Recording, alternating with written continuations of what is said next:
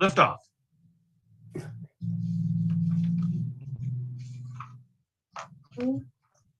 Francesca, would you please do the roll call? Yes, Commissioner Castagna. I'm here at home. Commissioner Evans. Yes. Commissioner Sovereign. Here. Commissioner Wall. Present. Vice Chair Wilkowski. Present. Chair O'Neill. Present. And Commissioner Peak notified that she would be unable to attend today. Thank you very much. So we have, I want to, so we go on to the consent agenda today. Are there any public comments? Oh, thank you. Yeah, right. No, the consent is, Consent agenda is first, right? We do the minutes first? Yeah. I only have one question on the minutes. They look fine to me, and I'll make a motion to approve after I have one comment to Inga. On the very last paragraph, we talk about that pedestrian study. I've tried like heck to find out the status of it, Inga. And Yes. since, if you could please, either send it to me or send it to the entire commission. I tried Steve Wittry.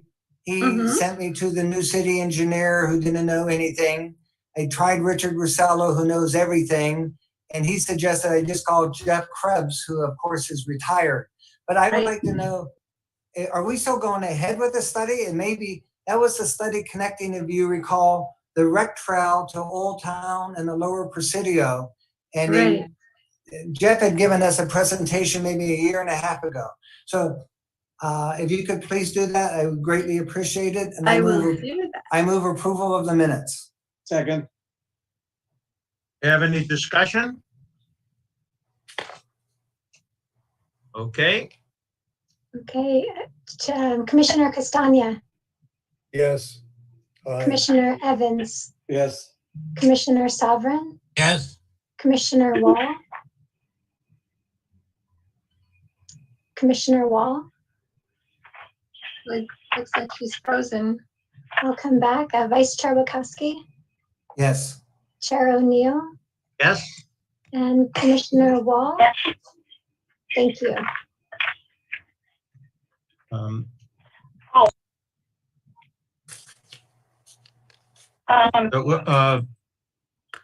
We accepted the minutes, 6 to nothing with 1 absentee.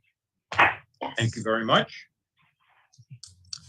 Now we can move on to public comments. If anyone from the public would like to comment on items not on the agenda today. We do encourage members of the public to join our meeting via Zoom Gov, a secure service for use by government agencies. You will be connected live in real time to the meeting. To make a public comment, you can raise your hand using Zoom, or to join by telephone, please dial toll-free 833-568-8864. Alternatively, you can dial 669-254-5252. Please enter meeting ID number 160-253-0862, followed by the pound sign.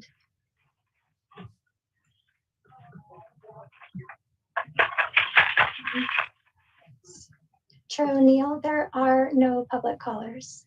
Thank you very much, Francesca. So we'll move on to the next item, which is to receive the Museums and Cultural Arts Division activity report. And that's from Inga. Yes, and from staff. So I wanted to start off by reintroducing you all to our artifact specialist, Jordan Lenninger. And Jordan, for those of you who may not know, he came to us originally, I believe, as a CSUMB intern. And then he was hired as a museum attendant. So he worked as one of the museum attendants interpreting Colton Hall. And then from there, he became an artifact specialist for our museums and cultural arts division. And then, of course, in March, all of the part-time folks were stopped working. But luckily, we've been able to bring him back, and he started back up in September, right? September 23rd, I believe. And so much of the activities that are listed in the activity report are thanks to Jordan and all the work that he's been able to put in just since he has returned. So, so thank you to Jordan, and please join me in welcoming him back. Thank you. The report starts off with a project that I worked on with Dennis Copeland and then with Francesca as well. And then Jordan joined in towards the end. And John Castagna also had a role in it, which was our Cannery Road Days celebration. And you were all probably involved in Cannery Road Day, which was held a year ago in November.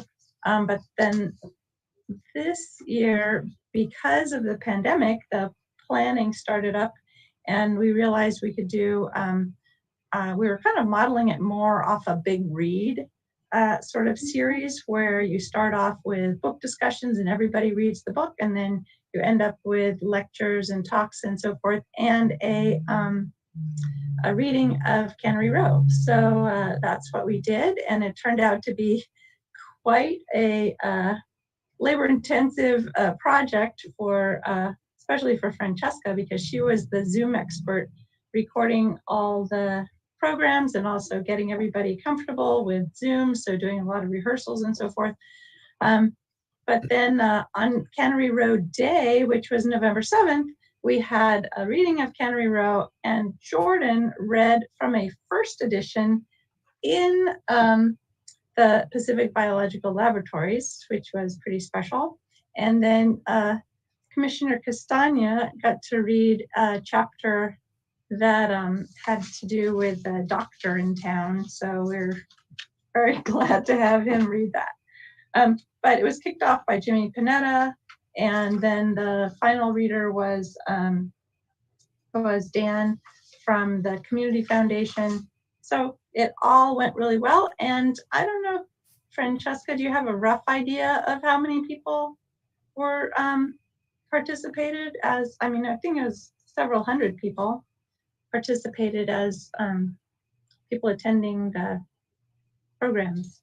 Weekly, we had about an average of 40 to 60 people at the Thursday programs. And then the final tours had about 30 people each. And then the final finale had around in the 40 to 50. Mm-hmm. So it was Combined, it had definitely hundreds. Yeah. But we had a lot of repeat attendees as well. And we had people from Hawaii, from Alaska, from Michigan, from Iowa or Idaho. And we also got 2 lovely recordings out of it, tours that are now on our website. So Commissioner Evans will be glad to know there is now a tour of PBL on the PBL portion of the website and also on the museums portion. So that's a little tiny beginning of improving our webpage with some digital kinds of stuff. But then Jordan joined us on the 23rd of September, and one of the first things that really needed to happen was there really has to be weekly inspection of all of the facilities, and you know, checking on the dehumidifiers and making sure that, you know, doors and windows are locked, and looking for, you know, anything that needs to be repaired and so forth. And so Jordan started that up, which was a huge, huge relief on my part. And then Jordan, you want to just sort of walk us through some of the stuff that you've worked on Sure. from the report? Sure. One of the big things that I've been working on is a opening plan for Colton Hall Museum. Oh, but that's going to be our next item on the Oh, agenda. okay. And let's see, other than that, other than getting everything, just checking on everything, like Inga had mentioned, humidifiers, dehumidifiers, checking for structural damages, things like that, and cleaning. I completely cleaned Colton Hall. There was about 6 months of debris that had blown in under the doors. So there was ash from the fires, dust. And so that took a little bit to get that cleaned up. Colton Hall is ready to open when the county is ready to open for museums. And so I'm very happy that that is all set up and ready to go. And as for the other museums, they're good to go to open too.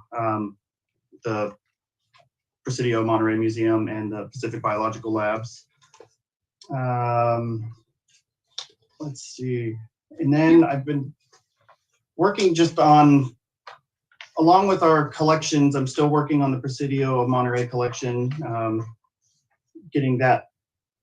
starting to get that organized that I can work on it.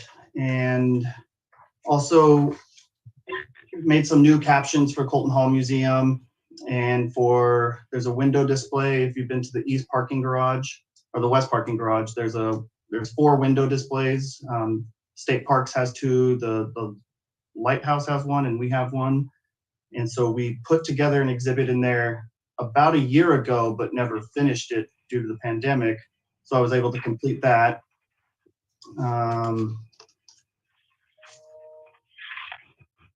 And then mostly it's been a lot of cleaning and just making sure everything is up and running, along with some other projects that will be beginning soon.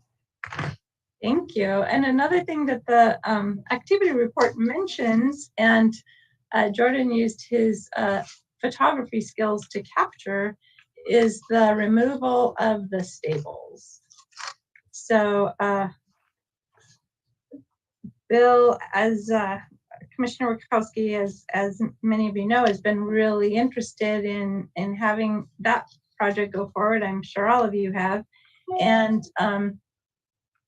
thankfully, because we already had a contractor on site doing a civil project of redoing roadways, then our city public works director realized this would be a great opportunity to take down those stables and save a lot of money, and just sort of piggyback on an existing project. So I think it was the 2nd of November that I heard about it. I think Bill heard about it a little earlier, and then I informed Jordan, and we went out and looked, or he looked, and there was some initial kind of hazmat sort of work where they just were looking at, what has lead paint, and looking for other kinds of things like that. And Jordan, you want to describe what the photographs show in the report? Sure. So the first set of a couple of photographs is them just the stables, just how they were before being touched by the crews, and then the hazmat people going in and removing the lead and asbestos. And then so that started on November 3rd, and I think it was November 16th they started demolition, and by the 17th they were completely done. If the commissioners have not been out there, I would strongly encourage you to go out and see it. The city has actually done a very, very good job in the last, say, month and a half. They resurfaced and restriped the roads, which are very nice. And then they also, as been noted, they removed the stables, and they also moved the Goodwill trailer quite a ways away. Old Monterey Foundation has submitted a plan to Inga and Kim, and the city staff are reviewing it. And then eventually we'll come back to this commission, I believe. Mm-hmm. Did they leave the foundations in place? They did. The foundations are in place, so that any replacement has to be very careful about damaging, affecting the soil or whatever. All right. There were observers on site, representatives of Native American tribes, and also representatives from the Presidio. archaeologists on site keeping an eye on things to make sure that nothing was damaged, or that, was damaged as little as possible. And then have they done any kind of, I don't know how cleaned up it looks now, Jordan? I drove through today on my site visits, and it's completely filled in. So the foundations are covered up, and they were still watering it down. I think it looked like they had finished putting whatever dirt covering on there, and they were hosing it down. So I'd imagine that they are pretty much done. Mm-hmm. Yeah, so that was tremendous. I mean, this is something that's been discussed for over a decade, and it only took a 2002. day. It only took a day for the actual removal of the structures. Amazing.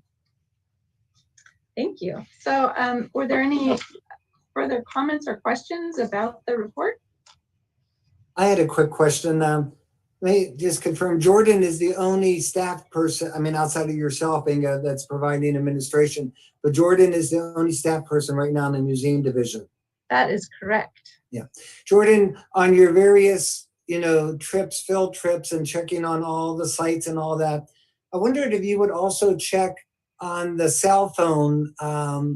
Most of our historic places have cell phone insignia where you can call. And just to check, I know when I was up at Old Monterey Foundation, a couple of them were not working, but also if it doesn't require too much work, if you could let us know how many hits are being given at various, somebody asked me how many people visit Lower Presidio. I said, I have no idea. And they suggested the cell phones register might be a good example of that.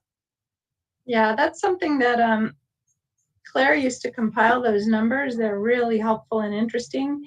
And I'm sure between Jordan and myself, we can figure out how to extract those numbers. In fact, the company that provides that service has invited us to do some training with them. And that's good to know that possibly some of the numbers aren't working. Yeah. I have a comment also. I appreciate the work that Jordan did cleaning up. I'm familiar with how historic sites get when you can't get in them for long periods, and it's not a pretty sight. So thank you very much. Welcome. You can imagine the jail. Yes. All kinds of. Oh yeah, jail was worse. I'm still working on that. Yeah. So do we have any other questions? Any public comment? comments on the report? For anyone who would like to make a public comment, we do encourage you to join via Zoom Gov. You will be connected live in real time to the meeting. To make a public comment, you can raise your hand using Zoom, or you can also join by telephone. Please dial toll-free 833-568-8864. Enter meeting ID 160-253-0862, followed by the #. If prompted to enter a participant ID, please press #.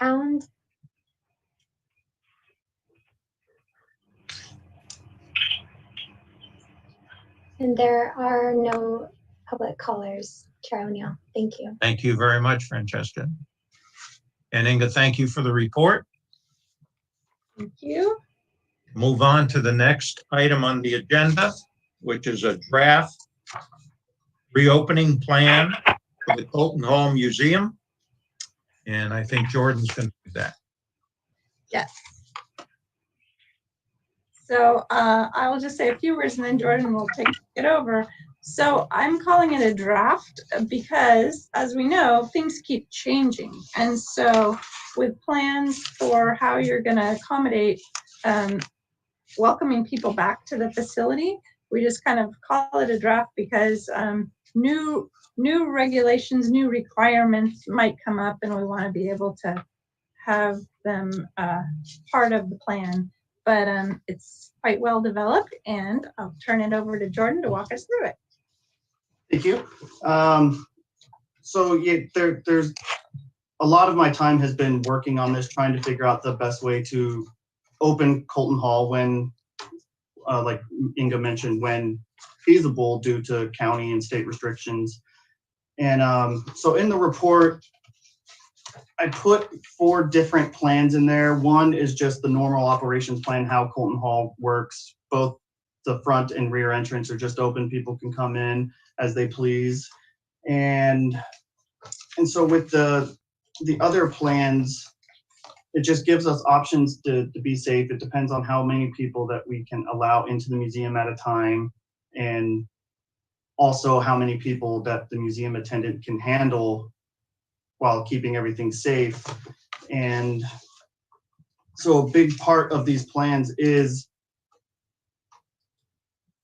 there are basically 2 ways. One way is that we keep it similar to opening, that people can just come in and we block both entrances off and monitor who comes in and just let them know that we have to wait till someone leaves. So that would be under the normal operations modified, or the NOM on the plan. And so with that, the only thing that would change is that we would put stanchions at the entrances just so people can't just walk in. The next would be the front entrance plan, which would be the front entrance is the way to enter Colton Hall, and we would block off one of the staircases so that we don't get a lot of people just lining up if we get those kind of numbers, and that we can stagger people 6 feet apart, be safe. And with that, if you look on the plans, there are arrows that what we would do is set up a set route within the museum so that we can keep people apart, and they get to see every exhibit. And if the museum attendant is not able to talk to them, there are captions that they can look at until the museum attendant is available. And so with the normal, or the front entrance plan, that would be just, you come up the left facing staircase, you go through the museum, and you would exit out the rear entrance. And there would be a stanchion blocking off both the front and rear entrance with notification saying, please wait here until you are able to enter through the museum attendant. And then with all of these plans, the rear entrance will be the entrance and exit for ADA, since we have the elevator back there. And there would also be a stanchion back there with signs stating to please wait until you are let in. And then the rear entrance plan would be that everyone enters from the rear entrance. It would be blocked off. You'll follow the same route as you would with the other plans. And then you would exit out the front, opposite of how you would enter through the front entrance plan. And as I mentioned, the purpose of all of these plans is to keep everyone safe, both the museum attendants and visitors. And it keeps a constant flow through the museum, that they can look at everything on their own time and ask questions and leave safely. And I made multiple plans because we have to really think about which one might work the best, because we really have to put it out there via social media, let everyone know that the museum is opened up, but there are precautions in place and we have to follow that. We can't just let people enter through the exit or entrance. And just depending on the restrictions, we would have to see what the county requires, if we need to have any plexiglass or hand sanitizer, supplies like that to keep everyone safe. And you also had some ideas for tours. Yes.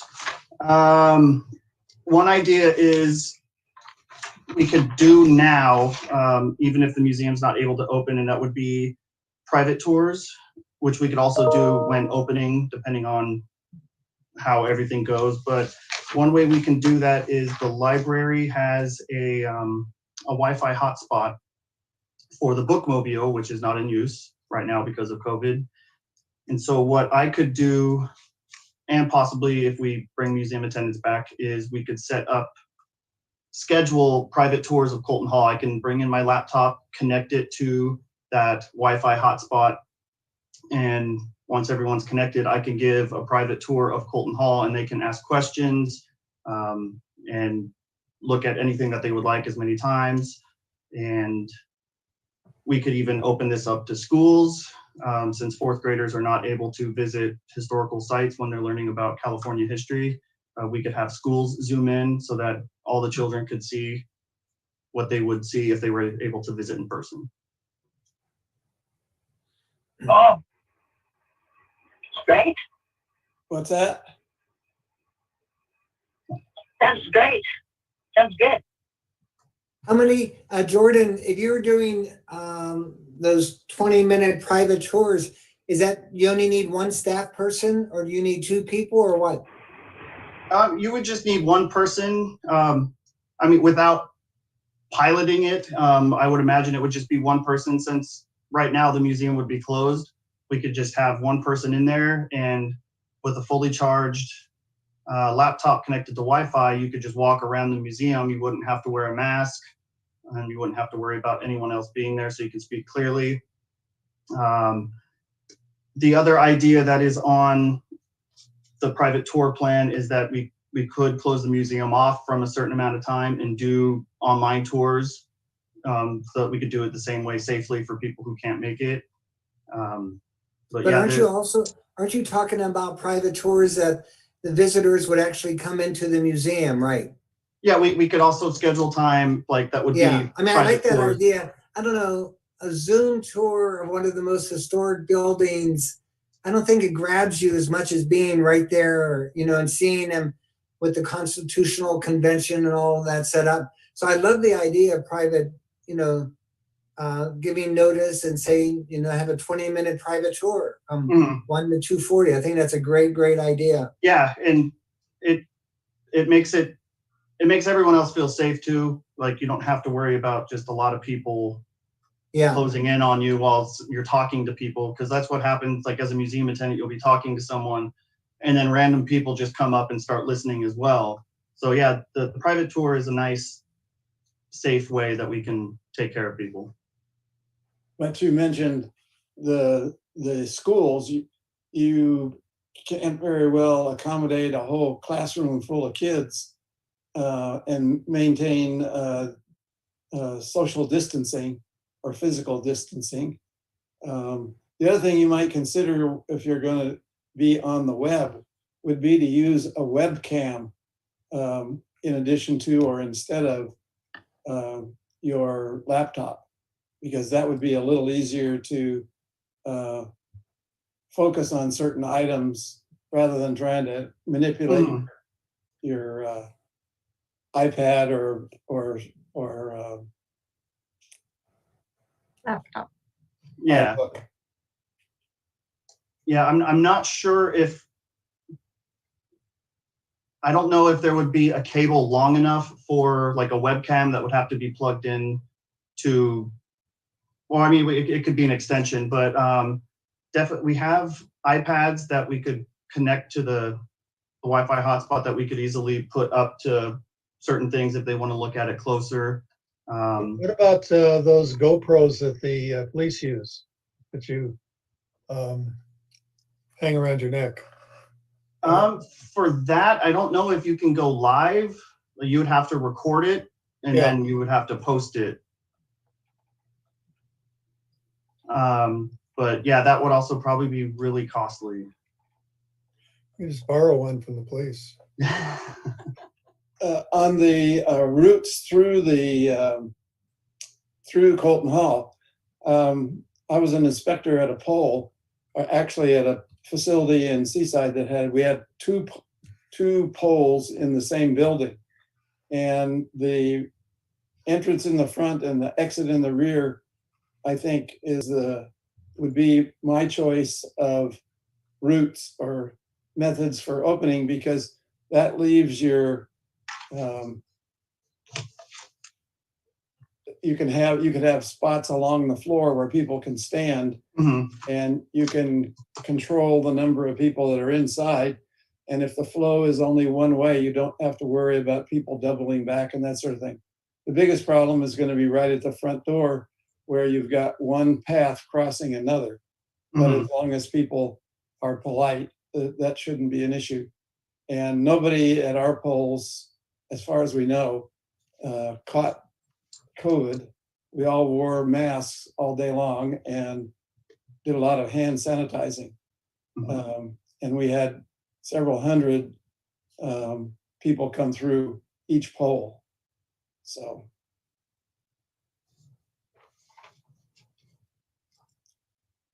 I wonder, as I've listened, excuse me, to the presentation, it'd be worth considering actually taping one general tour and putting it on the web with the information that you wanted a private tour where you could interact with the person leading the tour and focus in on certain items. You could arrange that. Yes, and Inga and I have talked about filming a tour of Colton Hall, just like the Pacific Biological Labs was for the Cannery Road Days. And so we're working on figuring that out. If either we'd have to get Eric from the city manager's office to help us out, or just filming it on a cell phone for the time being, because we were limited on resources and funds to do it professionally. Yes. And so it'd have to be YouTube videos on the website, just how the Cannery Row Days tours were. And it wouldn't be as interactive. We could zoom in on items and talk about it and go to each. There would be multiple videos for Colton Hall just to kind of go over different sections.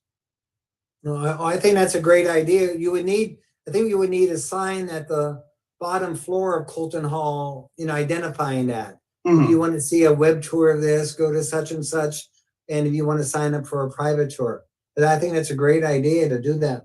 Yeah, and I think I have it in somewhere on here, but one of the things we would have to really reach out with the city's social media. I'm running our Facebook and Instagram for social media, and just getting the word out there that these web tours would be available, and possibly the private Zoom tours as well.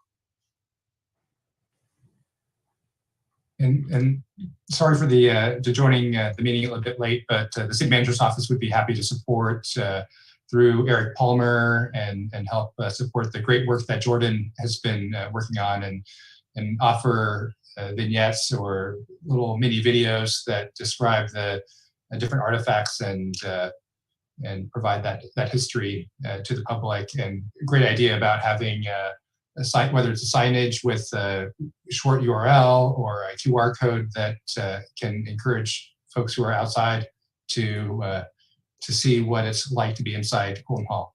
We'd be happy to support that. Thank you. Great, thank you. Do we have any other comments or questions? I don't. I have a question on the Yes, sir, Mike. tear down of the stables, which I applaud, of course. How did this come about suddenly? How much did indeed the city have to cough up to do that? Great question. So how did it come about? I think Bill might have had something to do with it. Commissioner Wachowski was just sort of, asking what's the status, where are we with it? And I think he helped give Steve, helped give our public works director an idea. And then they saw this opportunity because there was a project going on up there anyway. No, all the credit I think should go to the city and the public works director. It's very difficult as part of the old Monterey Foundation. As you know, it's very difficult to raise money to demolish something. You can always raise money to build something, but to demolish it. And the Army said, no way were they going to take it down. We were in a dilemma because we didn't have enough money. And so I think, as you explained it, Inga, Steve Wittry stepped up, and it was a great thing that he did. The site looks so much better now. because just a few months ago we had asked about it and there had been no funding available. Yeah. Kim, Cole, and Steve had both said, well, with all the budget reductions, there really isn't any funding. But I think, by just sort of asking and prodding a little bit, then Steve got this great idea to do it as part of another project that was going on. So, yeah. You haven't, any other comments, questions? You mean general comments? No, for Jordan at the moment. Oh, no, I don't have any more on that. Okay. Thank you very much, Jordan. Appreciate it. That was a very You're good welcome. report. Thank you. Do we need to see if there are public comments about the Colton Hall reopening? Thank you very much. Let's do that. Yes. So for any members of the public who would like to make a comment, you are of course encouraged to please join live on Zoom. If you are here, you're welcome to raise your Zoom hand, or you can also call by telephone and dial toll-free 833-568-8864. Enter meeting ID 160-253-0862, followed by the pound sign. If prompted to enter a participant ID, press the pound sign. And once again, that phone number is 833-568-8864. The meeting ID is 160-253-0862, followed by the pound sign. And Chair O'Neill, there are no callers. Thank you very much, Francesca. Let's move on to the commissioner comments. Any comments? Bob? Yeah, I've watched the Cannery Row Days video with Schilling. Anyway, I've forgotten the two principal moderators, but Eric did a fantastic job putting that together. He is to be congratulated. The one thing that I think he might consider at some point is to cut it up. There are obvious parts to it, and being almost an hour long, that's a long time to sit and watch something on your phone, especially if you're happening on it as a part of a visit to the city, unless you go back to your hotel and sit and watch it.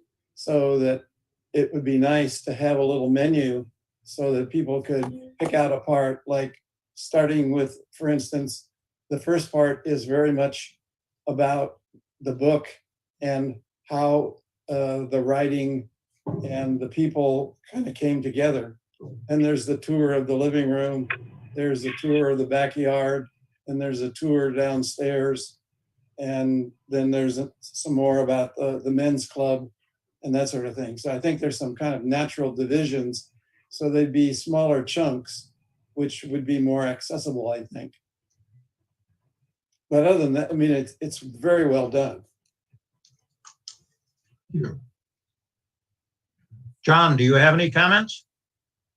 I have just a question. I noticed the city put out a request for applicants to commissions, and ours was on the list. Is there something we don't know? Somebody not going to be around? Something you didn't tell us? So there are 3 commissioners whose terms are up for renewal, and so those commissioners can choose to reapply, I think, and I'm pretty sure everybody's going to re-up their terms, right? Do we know who the 3 are that are expired? Surprise. I mean, am I going to expire? If you didn't receive an email Okay. about a month ago, then it's not your term. Okay. I, of course, got one, but I've lost it. Who sent those out? It came from the city clerk's office, and it was MK. And I can forward you, I was copied on it, so I can forward it to you. So it was Mike and Bill and Kimber. And I think all 3 of you are ready to continue. Yeah. Good. Thank you for kind of just dropping those names in. We appreciate that. Okay. Hey, John? What? Anything else? Nope.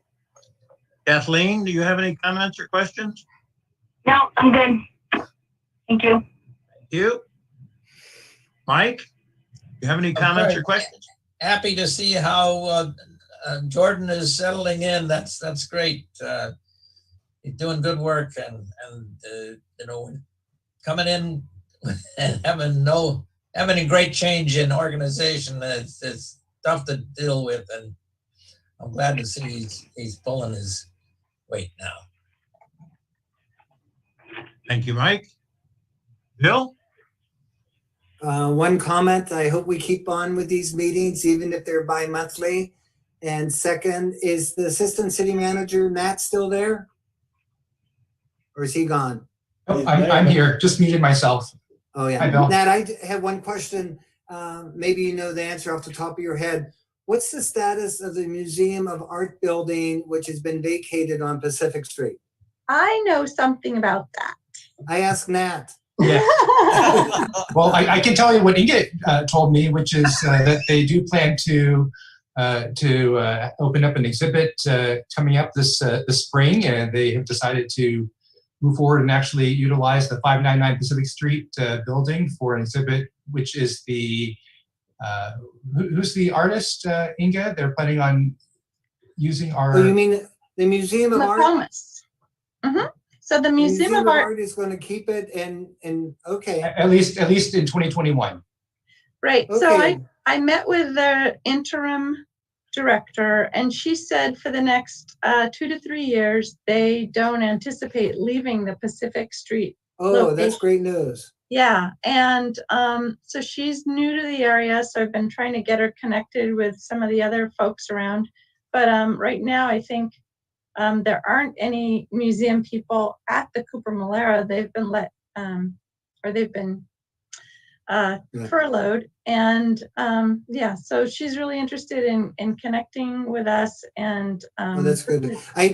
One time I heard somebody say that it might be turned into private offices, and I just think that would be terrible. We have Colton Hall, the library, and we need the Museum of Art, whether it's run by the Museum of Art or art exhibits like Carmel Art Association.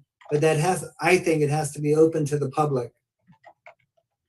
And we're actually going to be lending 2 pieces to their show that they're going to be opening up in 2021. The big, large painting that normally hangs behind City Council, and then also Toledo Bridge, which is in the library. And those are both works, I believe, of Francis McComas. Great, that's good news. On that note, what's happening with the art exhibits in the conference center? I guess the conference center is closed, so there's no point in putting anything in there. Right. So the thinking before Chalet left, what her recommendation had been is, we had lined up some great exhibits that we weren't able to show. And so to just keep those on the back burner, and then once the conference center reopens, that would be sort of our first group to go to see if the people that you had already selected and had gone through that process were still available to have an exhibit. Okay. Any other comments or questions? I'd like to thank you all then for a successful meeting today. Wish you all a happy Thanksgiving. And I'm happy to report that there will be no more meetings in the year 2020. The next meeting will be in 2021, on the 25th of January. All And right, hopefully that will be a better year. Yeah. for sure. We may even have a new administration. Who knows? Well, I just want to thank all of you. Jordan and I couldn't do this without you. So we're very grateful to have our commissioners. Thank you. Thank you. Happy Thanksgiving, everybody. Yes. Yes, happy Thanksgiving. It's a great staff too. Thank you. Thank Yes. you. Thank So you. I think we can adjourn now. Okay. Thank you.